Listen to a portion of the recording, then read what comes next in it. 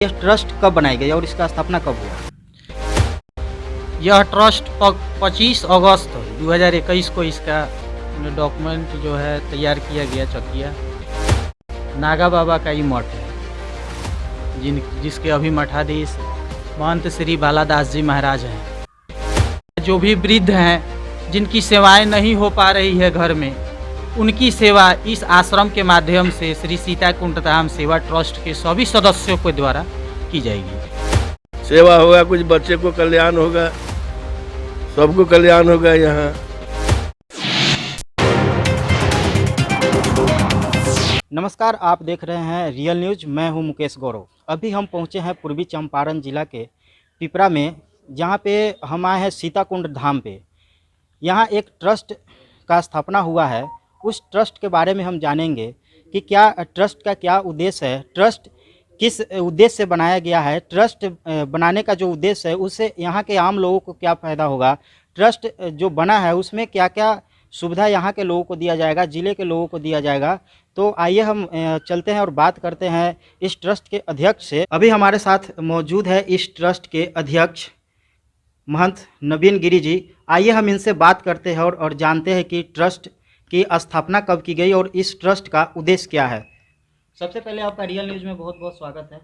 आपका भी बहुत बहुत स्वागत है, और चैनल के माध्यम से देख रहे तमाम साथियों देशवासियों को सबसे पहले महंत नवीन गिरी की तरफ से जय श्री राम। यह ट्रस्ट कब बनाई गई और इसका स्थापना कब हुआ? यह ट्रस्ट 25 अगस्त 2021 को इसका डॉक्यूमेंट जो है तैयार किया गया चकिया एसडीओ ऑफिस में। और इसको बनाने का मुख्य उद्देश्य यहाँ जो ये गुरु महाराज परम आदरणीय नागा बाबा का ही मठ है, जिसके अभी मठाधीश महंत श्री बालादास जी महाराज हैं। और यहाँ पर ट्रस्ट के सौजन्य से हम चाहें कि एक गौशाला और एक आश्रम का निर्माण हो, जिसमें यहाँ के स्थानीय लोगों के बच्चे रहकर पढ़े, या जो भी वृद्ध हैं जिनकी सेवाएं नहीं हो पा रही है घर में, उनकी सेवा इस आश्रम के माध्यम से श्री सीता कुंड धाम सेवा ट्रस्ट के सभी सदस्यों के द्वारा की जाएगी। जैसे कि आप बता रहे हैं श्री सीता कुंड धाम सेवा ट्रस्ट, तो इस सेवा जो ट्रस्ट आप बनाए, तो इस ट्रस्ट में यहाँ पे आप क्या क्या बनाना चाह रहे हैं? मेरा यहाँ पे मुख्य दो ही प्रोजेक्ट है, एक आश्रम और एक गौशाला, जिसमें बिहार के काफ़ी राज्यों के नस्ल की गायें उस गौशाला में रखी जाएगी।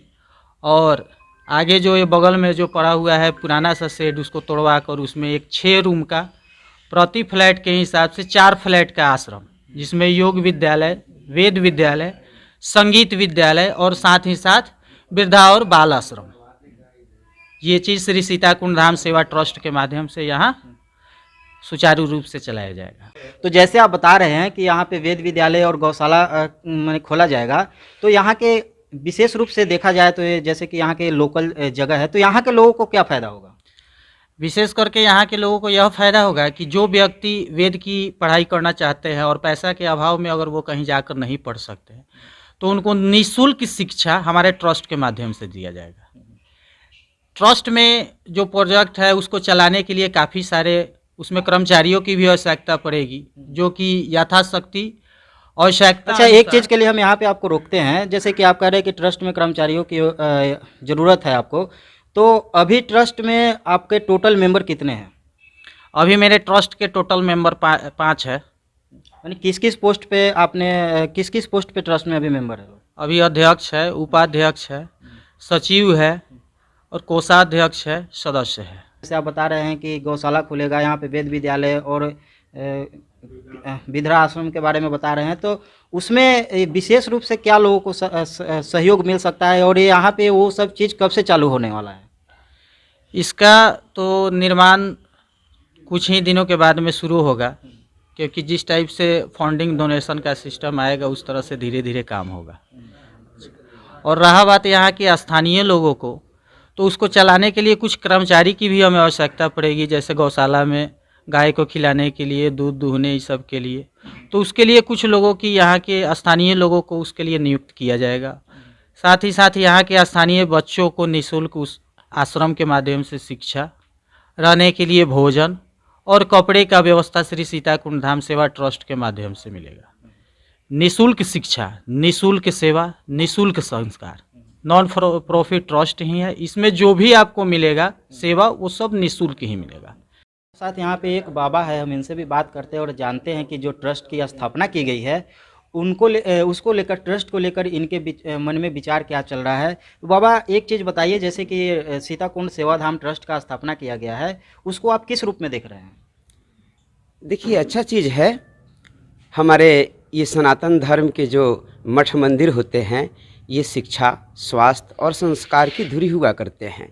और ये तो बड़ा हम आनंदित हैं कि महंत नवीन गिरी जी और श्री बाला दास जी महाराज के सौजन्य से ये ट्रस्ट की स्थापना हुई है। और मेरे लिए महंत नवीन जी का ये था कि बाबा आप योग और आयुर्वेद के द्वारा हमारे बच्चों को, हमारे यहाँ की जनता को सेवा दीजिए।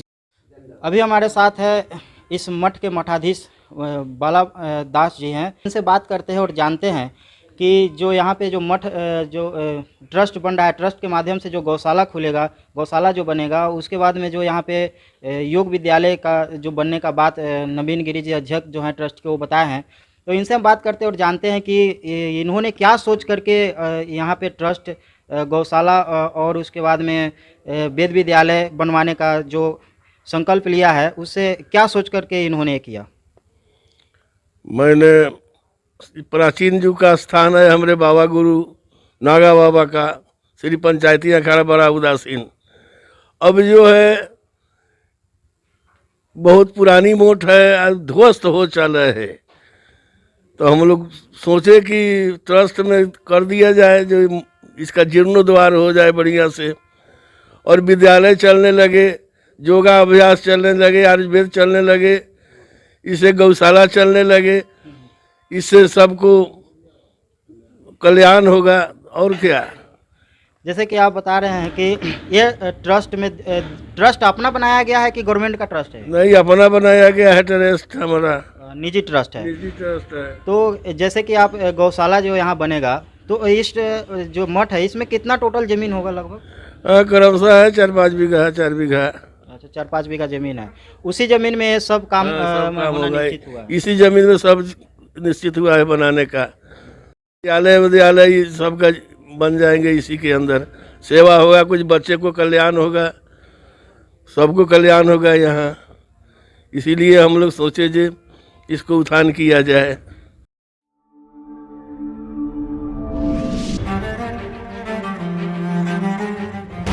बोल कि लब आजाद है तेरे, बोल कि सच जिंदा है अब तक, बोल जो कुछ कहना है कह ले, बोल ज़बां अब तक तेरी है।